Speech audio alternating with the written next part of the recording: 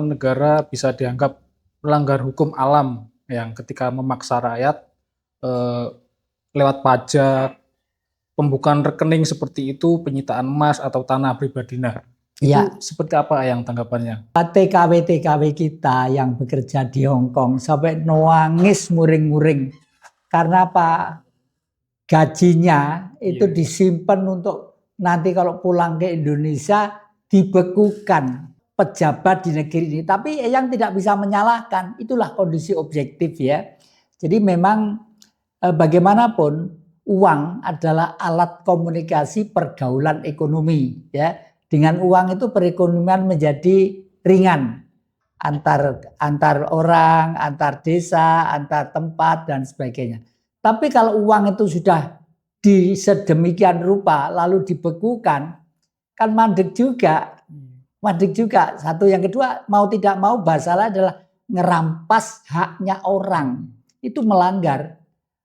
Ya jelas itu merupakan satu tidak keadilan ya. Jadi yang gede itu dapat dispensasi sedemikian besarnya, yang kecil malah ditekan lah. Ini ngaji rasa itu pengaruhnya besar sekali.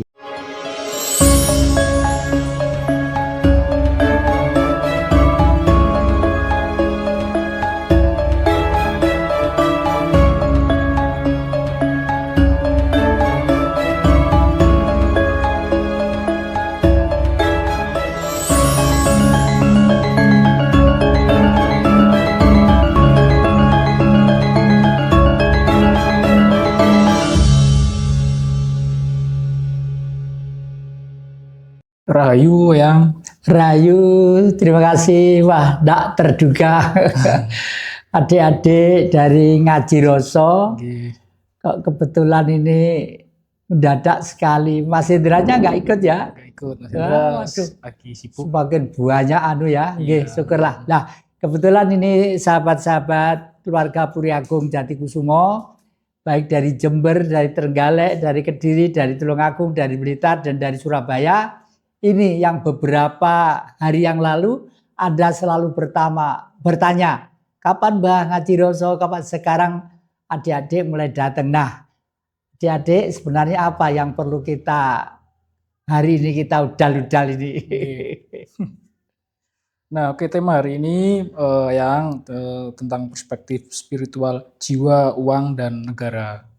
Nah, jadi ini kan lagi ramai banget di Indonesia ini tentang perekonomian yang lagi nggak baik-baik saja yang. Iya. Nah, jiwa, uang, dan negara ya. Iya. Pas. Nah, apakah secara spiritual negara bisa dianggap melanggar hukum alam yang ketika memaksa rakyat lewat pajak, pembukaan rekening seperti itu, penyitaan emas atau tanah pribadi? Nah, itu seperti apa yang tanggapannya?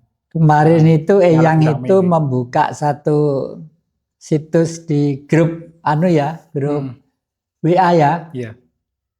TKW kita yang bekerja di Hong Kong sampai nangis muring-muring. Karena apa? Gajinya itu disimpan untuk nanti kalau pulang ke Indonesia dibekukan. Sampai nangis muring-muring dan ngata-ngatain yang sangat tidak pantas untuk pejabat di negeri ini. Tapi yang tidak bisa menyalahkan, itulah kondisi objektif ya. Jadi memang bagaimanapun uang adalah alat komunikasi pergaulan ekonomi ya. Dengan uang itu perekonomian menjadi ringan antar orang, antar desa, antar tempat dan sebagainya. Tapi kalau uang itu sudah sedemikian rupa lalu dibekukan, kan mandek juga. Satu, yang kedua, mau tidak mau masalah adalah ngerampas haknya orang. Itu melanggar norma hukum, yang melanggar spiritual, yang melanggar kesepakatan pada waktu kita mendirikan negara dulu. Makanya yang itu tidak bosen-bosen ya. Boyo pejabat itu kan mulai dari RT, RW sampai dengan RI 1, Merdeka Utara dan Senayan, mesti ada gambar ini. Tapi mereka tidak menyadari Apa sih fungsinya gambar ini? Nah, kenapa gambar ini kok pohon beringin? Itu lambang kebangsaan. Lambang kebangsaan artinya pohon beringin itu pohonnya rindang, petel banget. Nah, buahnya itu kecil-kecil. Jadi kalau orang pulang dari sawah, pulang nyangkul, taruh angon gitu, ada di bawahnya pasti ngantuk, tekluk, tertidur, ya, tertidur karena tidak takut kejatuhan buahnya. Coba tidur di bawah pohon durian, pohon kelapa, ya sempat tidur, kayalah kejebloan buah durian ya mecor kabeh gitulah. Ini artinya pemerintah itu tugasnya supaya rakyat penghuni negeri ini yang memilih, yang disebut bangsa yang memilih negara, itu tidak boleh susah gara-gara PLN nanti bagaimana anunya, pulsanya, ini sekolah ini udah bayar atau belum, nggak pantas itu deh, nggak pantas, betul-betul nggak pantas ini ya. Ini lalu yang kedua, ini banyak yang tidak mau menafsirkan secara jujur ya. Ini bukan, tidak ada urusannya dengan partai politik. Ini adalah kehidupan binatang. Orang zaman dulu sebelum ada sekolahan, sebelum ada macam-macam, sebelum ada orang hidup itu kan tiru-tiru binatang. Nah, orang Jawa, maaf, bukan sukuisme ini. Orang Jawa itu adalah manusia yang dicipta pertama kali untuk mengisi bumi. Untuk mengisi bumi. Karena apa? Bumi buatan Allah, buatan Sang Maha Kuasa nanti itu harus ada percontohan yang bertugas untuk menjaga keseimbangan alam atau bumi tadi itu. Ya, oleh karena itu dilahirkanlah seorang yang benih, orang yang benih, yang waras, yang legowo. Siapa? Wong sing Jawa, orang yang Jawa. Orang Batak itu bukan Batak Jawa. Oh ini karena hidupnya orang Jawa itu bersamaan dengan umurnya bumi ini. Kalau di wayang diceritakan pada waktu bumi itu masih belum bisa dihuni manusia, dihuni dulu oleh bangsanya binatang-binatang, bangsanya raksasa-raksasa, predator-predator yang makan darah itu. Nah, untuk itu Sang Maha Kuasa mewujudkan dirinya menjadi sosok manusia. Saya ulangi. Sang Maha Kuasa mewujudkan dirinya menjadi sosok manusia di antara mereka supaya bisa menjadi contoh, menjadi pengayom dan penggembala, bahasa orang Nasrani ya, menjadi penggembala gitu. Inilah yang disebut Tuhan Yesus. Kalau orang tidak senang, wah apa itu Dewi Maria itu tidak punya suami kok punya anak. Apa kira-kira melacurkan diri? Bukan seperti itu. Dewi Maria wanita suci itu artinya lah bumi. Bumi itu ya alam yang kita huni ini. Alam yang kita huni ini suatu saat lalu Sang Maha wujudkan diri menjadi manusia tadi itu memberi suri teladan. Tugasnya ngemong, menggembala. Ya, menggembala gitu. Lalu yang kedua, pada waktu bumi itu mulai kondusif, baik ya, di situ ada plasenta deh. Plasenta yang belundung itu di hutan itu. Belundung lama banget. Setelah itu ada binatang-binatang, harimau, ada gajah, ada kijang, ada segala macam bentuk binatang. Terus gajah itu main-main plasenta itu. Kena siungnya jebol, dier gitu. Itulah asal mula manusia pertama. Kalau di dalam pagelaran wayang Purwo disebut Wejoseno. Wejoseno itu ya Semar itu sendiri. Semar itu sendiri. Jadi kita itu adalah semar-semar ya. Terus kehidupan dibagi 3 supaya manusia di bumi ini bisa hidup teratur, mempunyai kayalan sesuatu kekuasaan yang lebih tinggi. Telur kulitnya dari togok, antogo, ya. Putihnya ada di Semar atau Bodronoyo, kuningnya jadi Betoro Guru atau Yang Jagat Girinoto. Orang Hindu menyebut Dewa Siwa. Dewa Siwa. Nah, bumi pada waktu masih belum kondusif ya, hitam, warnanya sati. Kalau di pewayangan digambarkan Betari Durga. Setelah diruat oleh Semar menjadi cantik namanya Parwati itu di sebelah kiri sana itu. Nah, ini. Lalu kenapa kok lambang manusia itu tiru-tiru banteng? Banteng itu hidupnya waduh istimewa banget. Saya pernah buat film di anu sana, di Bondowoso sana, di Alas Purwo sana. Iya. Banteng itu ribuan. Kalau jam 5 pagi hidup itu keluar hutan ke padang rumput gitu. Ya ibunya, ya bapaknya, Pak Leknya, ya Bodenya, ya ponanya semua di situ. Anehnya, Dek, binatang loh, Dek. Itu dijaga Satgas.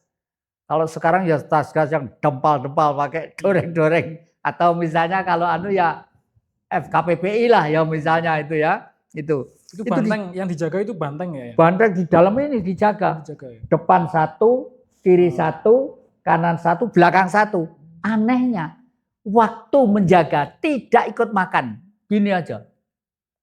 Nanti kalau ada binatang kakinya 4, lorek-lorek, oh itu harimau. Itu yang biasa minum darahnya. Saudara-saudara kejar sampai manapun. Nah, tapi kalau sudah tua, seperti kakek, malu di keluarga itu malu. Kenapa? Nanti kalau saya masih dikte anak, didik cucu, harus gini gitu. Kapan mereka itu punya kreativitas? Karena zaman yang akan datang adalah zamannya yang muda-muda, bukan zamannya yang tua-tua. Itu loh ya. Nah, tapi kalau sudah tua, keluar dari gerombolan itu mencari temannya yang mati. Nah, itu lalu ke tengah hutan. Setelah di situ ada tumpuan tulang-tulang banteng, ya, dia jongkok di situ, tek, doprok gitu, Dek. Dengan maksud supaya saya mati loh. Supaya saya mati karena dia sadar kan, semua kehidupan itu tidak ada yang langgeng. Semua punya umur. Cacing punya umur, suket punya umur, anu punya umur, semua punya umur. Ada masanya gitu. Ada masanya. Coba sehebat itu. Lah, terdoprok gitu, dimakan set perutnya lama-lama. Karena konon katanya orang tua, kalau kita nemu banteng, kepalanya banteng, ya, yang mati ngorak tadi itu, waduh, itu untuk pusaka ditaruh di rumah bagus deh. Kerangkanya itu ya, kerangka banteng itu ya. Iya, ada banteng itu. Yang punya itu, yang punya. Di sini, ditaruh sini. Ya, saya simpen di rumah Malang, oh, ya. Ya buat taruh di anu gitu, di rumah di depan atas gitu. Ini ya, G. Jadi pandangan Eyang sangat melanggar hukum alam banget gitu. Ya, betul. Memang saya prihatin akhir-akhir ini kita sudah melanggar hukum alam. Alam itu hidup dan alam itu pasti ya. Pasti. Oleh karena itu alam itu digambarkan bumi tadi itu. Yang bumi dengan dialektika dan kehidupan sifat dan karakternya. Dan setiap kurun waktu tertentu itu harus dievaluasi. Sampai di mana saat ini bumi itu masih cinta terhadap manusia apa tidak? Menurut saya tidak. Karena apa?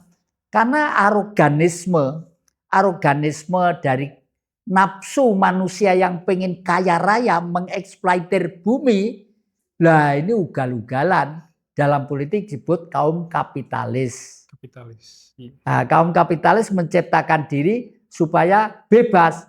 Akhirnya lahirlah suatu sistem yang namanya liberal. Ya, pada waktu kekuasaan presiden yang ke-7, Indonesia itu sudah negara, bukan negara Pancasila, negara liberal yang kapitalistis. Liberal yang kapitalistis. Buktinya apa? Jadi karena negara kita sudah jiwa kapitalisnya banyak, duit yang dicetak 100% di Indonesia ini, yang 80% itu gerombol di Jakarta. Ada di bawah bantal, ada ditaruh Singapura, ada yang taruh Hong Kong. Yang 20% direbut rakyat pemilik bangsa Sabang Merauke. Hambok berdoa sampai tenggorokannya jebol, ya tetap dapat kericik tadi. Berarti yang uang banyaknya disimpan di sana, iya. Yang 20%-nya diputer di iya, itu ya. Direbut seluruh Indonesia ini. Nah, ini adalah taktik manusia-manusia yang diperalat oleh kaum kapitalis, kaum imperialis. Sistem yang gitu ya? Iya, lalu berubahlah sistem itu. Oleh karena itu sekarang yang patut mawas diri itu adalah orang-orang di Senayan. Terus apa fungsi orang Senayan menjadi wakil rakyat itu? Yo, sana enak Dik. Kalau sekarang sebulan aja mungkin kalau 70 juta dapat, belum reses, belum ini. Nah rakyat sekarang itu loh, hidup sehari-hari beli nasi sekilo besok makan apa itu loh, bingung Dik. Kalau sana nggak kekurangan sama sekali ya? Waduh, turah-turah ya? Waduh, turah-turah. Rakyatnya jungkir iya, balik. dan dia tidak mungkin mau merubah undang-undang. Makanya yang meskipun sudah tua ini ya, masih aktif kemana-mana. Nanti tanggal 18 itu saya diundang orang-orang nasionalis di Jember. Lalu diundang di Trenggalek, diundang di Kediri, di Blitar, di mana-mana. Ya untuk ngomong aja. Ngomong aja untuk apa? Menyelamatkan diri dari kemungkinan-kemungkinan yang sekarang ini akan menyakiti kita. Katakanlah kita mau cari modal utangan di bank, boreknya ya enggak ada. Ya kan? Iya. Oleh karena itu berusahalah untuk menyelamatkan diri aja. Saya gambarkan seperti ini. Bahwa manusia itu adalah saya gambarkan seperti lingkaran ini. Dikatakan manusia karena masih bisa bernapas, pinjam dari udara. Kalau tidak bernapas namanya mayat. Kalau kelakuannya jelek itu buatange sapa kuwi? Gowaan kono pangan kirek. Tapi kalau kelakuannya baik, waduh almarhum itu siapa namanya? Mari kita tempatkan yang bagus, kita pas gitulah. Terus ini apa? Manusia itu mempunyai tulang. Dipinjami air, mempunyai daging, dipinjami tanah warna hitam, dipinjami udara untuk bernapas, dipinjami darah dari api. Di tengah itu gambaran Tuhan. Saya gambarkan emas yang suci, gitu ya. Nah, jadi ini angan-angan. Semua kehidupan itu pasti punya angan-angan. Karena apa? Karena punya perut. Loh, hubungannya apa perut dengan angan-angan? Titah kehidupan di bumi ini kalau perutnya lapar, angen-angennya pengen makan. Ya dah? Pengen makan tuh belum kenyang, mau pengen kok. Harus makan. Misalnya adik-adik sebelum makan pergi ke dapur. Oh ibu belum masak, oh mungkin masih arisan, mungkin masih kulaan apa. Mau ke warung, enggak langsung ke warung. Pegang saku dulu, buka dompet. Ya dah? Isinya berapa. Enggak buka langsung ke warung. Ternyata 2.000, kadung pesen sate gulai ya tinggal sepatu ya peribahasa seperti itu. Inilah kalau orang sudah tidak punya kemelekatan tentang kebendaan seperti ini, berarti dijamin nanti akan masuk surga. Dijamin masuk surga. Nah ini banteng tadi itu. Kalau ini tentang Indonesia. Nggak mungkin di Indonesia tidak berbaju atau nggak mungkin di Indonesia itu tidak makan. Karena padi lambang kapas kesuburan, kemakmuran. Kapas itu coba adik-adik pergi dari Tuban ke sini ya. Yeah. Kates itu siapa nandur? Hampir setiap desa itu cukul kates. Yeah. Pisang itu siapa nandur? Iya toh? Iya, kok bisa ya gitu? Lah iya. Nggak ada yang nanam ya? Nggak ada yang nanam, nggak ada. Tapi tumbuhnya tuh merata. Di semua daerah jadi, ada. Makanya terhadap burung-burung binatang-binatang pun jangan suka menyiksa ya. Itu ya. Karena burung-burung itu notol bijinya dimakan terus dinelek di sana. Disebar gitu. Okay. Biasanya gitu. Okay. Ini kalau ini rantai itu arti kerukunan gotong royong. Bahwa Pancasila itu berangkat dari gotong royong. Gotong royong itu kalau kita cermati ada 3. Religius, dinamis, manusiawi. Religius itu tidak mungkin orang itu hatinya tidak lembut karena bertuhan. Tidak mungkin. Buktinya apa? Waktu gotong royong membuat jembatan dari desa A ke desa B. Karena tidak bisa ada jembatannya, membuat jembatan gotong royong. Yang punya duit, bantu duit. Ya. Yang tidak punya duit, bantu tenaga. Yang tidak punya tenaga dan duit, bantu doa. Itu sama aja, nilainya itu sama. Nah itulah nilai gotong royong ya. Jadi begitu akrab, begitu ini sudah. Kalau ini yang Tuhan tadi itu. Nah, jadi kalau kita cermati, kegagalan pemerintah itu karena gagal dalam sila yang pertama, ketuhanan yang Maha Esa. Dari yang pertama udah gagal ya? Gagal, yang pertama udah gagal. Kalau pertama gagal, yang kelima dengan sendirinya amburadul dan gagal, yang keadilan sosialnya. Nah, makanya nanti mudah-mudahan kalau pemerintah itu tidak malu-malu, tidak malu, harus mawas diri kembali. Kita itu punya utang sejarah.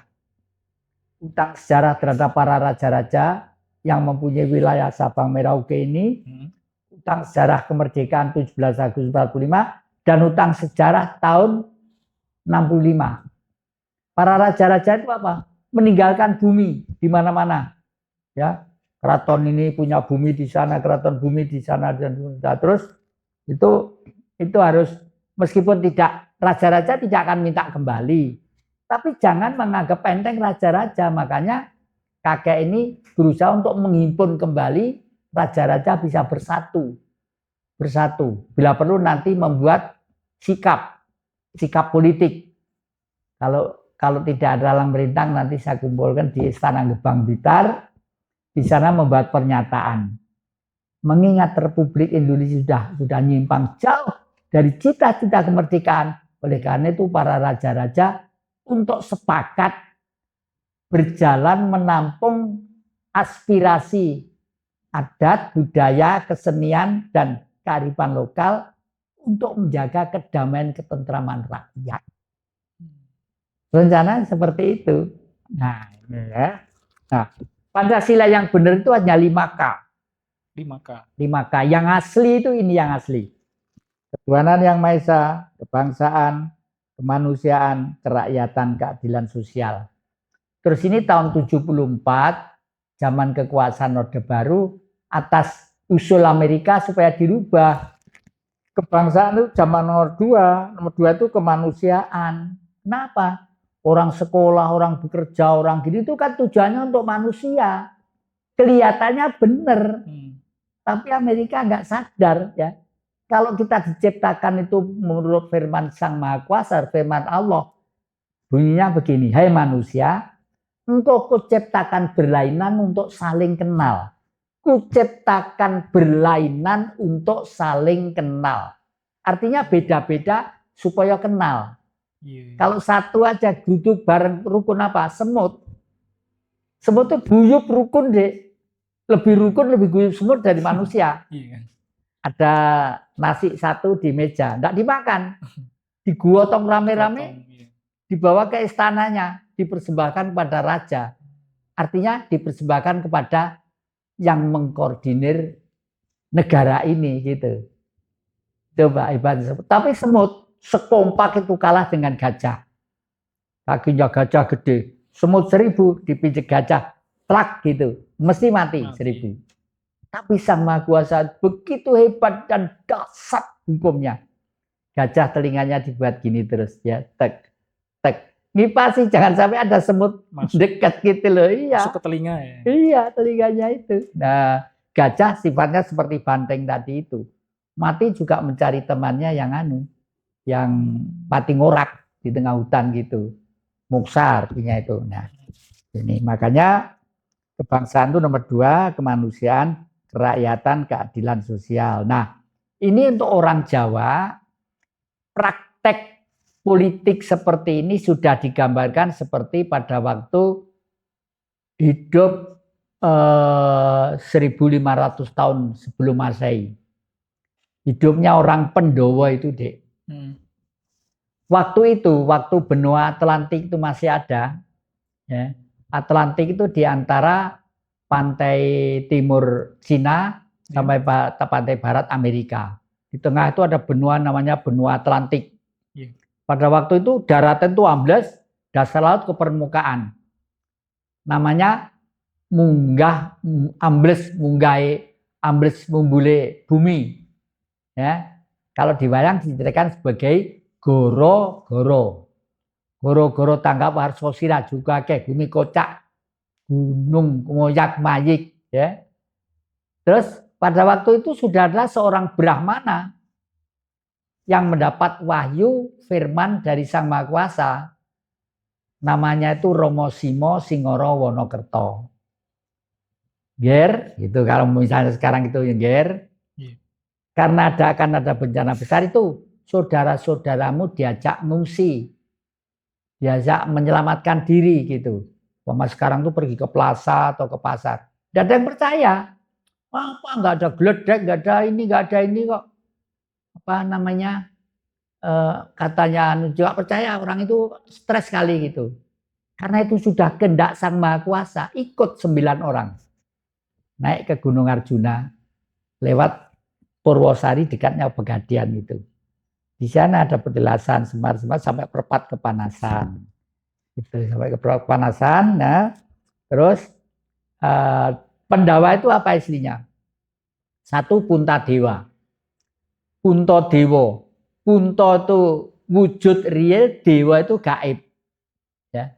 Seorang manusia yang sebenarnya dalam jiwanya itu ada spirit kekuatan gaib. Jadi RI 1, jadi presiden, itu harus seperti Puntadewa. Digambarkan sebagai Ojoto Satru. Orang yang tidak punya musuh. Digambarkan kakinya itu ngambah lemah. Tidak ngambah bumi gini deh, ngawang. Artinya apa sih? Tidak duniawi. Tidak kami badanan. Tidak berlagak suci tapi ngumpulnya utang sak pirang-pirang, bondo sak pirang-pirang anak putu diatur kabeh. Tidak seperti itu, ya. Ini RI 1. Lah, bangsa seperti apa? Bangsanya harus seperti Werkudara. Kukunya kuku Ponconoko. Lah itu ya. Itu. Werkudara itu nama kecilnya waktu itu Wejoseno. Waktu muda Wejoseno itu setelah sebenarnya dijerumuskan oleh Durna supaya mencari susuh angin. Nenggene segoro. Waktu itu masuk segoro Wejoseno, masuk samudra ya. Terus digigit ular kakinya itu. Nah, terus setelah itu ketemu dengan sosok manusia kecil. Kira-kira tingginya itu sekitar 20 cm lah. Seperti dia yang gede dur gagah itu. Bajunya seperti dia, gantengnya seperti dia, gagahnya seperti dia, tapi kecil. Lalu di situ dialog, saling bertanya, kamu tuh siapa? Aku ini adalah kamu. Dan kamu adalah saya. Akulah yang ada di dalam dirimu yang disebut guru sejati atau Tuhan itu sendiri. Dan aku berwujud sinar. Setiap kehidupan diberi sinar oleh Sang Maha Kuasa. Baik kucing, baik anjing, baik babi, baik apapun, sapi. Tapi seluruh kepala-kepala itu yang paling istimewa adalah kepala manusia. Karena sinar itu diberi perangkat software terdiri dari 11 miliar simpul saraf. Dan setiap simpul saraf melayani 5 saraf. Setiap simpul saraf. 11 miliar simpul saraf. Oleh karena itu, hidup di bumi ini, kita mau enak, mau tidak, mau sukses atau tidak, tergantung kita. Otak kita itu bagaimana. Kalau otak kita mulai kecil sudah dilatih untuk mencari sesuatu yang tidak real, tidak nyata, ya mubadir, Dik. Contoh sekarang, Cina itu, Dik, majunya setengah mati, daratan Cina itu. Coba. Jepang majunya setengah mati. Adik-adik itu saya dijajah Jepang. Kamera itu umumnya buatan Jepang. Jepang semua. HP itu tidak ada Cina itu harganya 15 juta. Ya dibeli sama orang Jawa. Orang Jawa itu melelet. Mau jual tanah, mau jual rumah, mau jual warisan. Tapi karena ada Cina, 500.000 boleh, 700.000 boleh gitu. Nah, oke, yang kita lanjut ke pertanyaan selanjutnya. Nah, ini rakyat kan disuruh taat pajak, tapi pejabat seperti Tom Lembong kemarin justru dapat abolisi pajak gitu. Apakah ini bentuk ketidakadilan yang akan kembali sebagai karma kolektif? Nah, menurut Eyang gimana ini? Ya jelas itu merupakan satu tidak keadilan ya. Jadi yang gede itu dapat dispensasi sedemikian besarnya, yang kecil malah ditekan lah. Ini ngaji rasa itu pengaruhnya besar sekali. Luar Ini biasa, ya. saudara saya dari Palembang, karena ikut mengikuti ngaji rasa, pengen dari Palembang sampai ke sini naik bis, naik bis dari Palembang ke sini, pengen ketemu Eyang, pengen ngobrol bareng gitu. Nggih. Namanya siapa? Marwa Dinata ya, nggih. Itu ya. Terus apa lagi, Dek? Dalam ajaran kebijaksanaan leluhur, ini apakah emas dan tanah adalah harta yang sakral sehingga negara tidak berhak memperlakukannya sewenang-wenang? Ya, sejak dulu kala ya, negara kita itu dikatakan Jawa Dwipa. Jawa Dwipa itu artinya pulau yang melimpah ruah emas-emasan. Dan saya pernah membuktikan dengan Mbak Astri waktu itu di Blitar Timur, agak ke timur itu namanya Kecamatan Belingi. Itu ada gedung namanya Rambut Munte. Terus pada waktu itu di sana ada kerajaan namanya Mauspati. Itu 3000 tahun yang lalu. Mauspati. Lalu rajanya itu namanya Prabu Harjuno Sosrobahu. Raja dulu ya, misalnya seorang presiden gitu, kalau sudah lengser itu memberang mana? Beliau dari daratan memberang mana? Puncak gunung nih. Saya naik sama Mbak Astri itu ke sana naik, itu kira-kira aja setahun yang lalu lah. Diantar ditandu karena naiknya vertikal ini, horizontal vertikal ini. Saya ditandu sama orang-orang desa itu untuk naik di sana, mengadakan pagelaran wayang cuma 1 jam untuk meruat Lembu Suro dan Maiso Suro. Itu keyakinan lah. Harapan saya ya Gunung Kelot itu gunung misterius, Dek. Itu kalau ada sesuatu manusia di bumi, khususnya di kiri kanan Blitar itu yang agak nyeleweng, bledos, Dek. Gitu.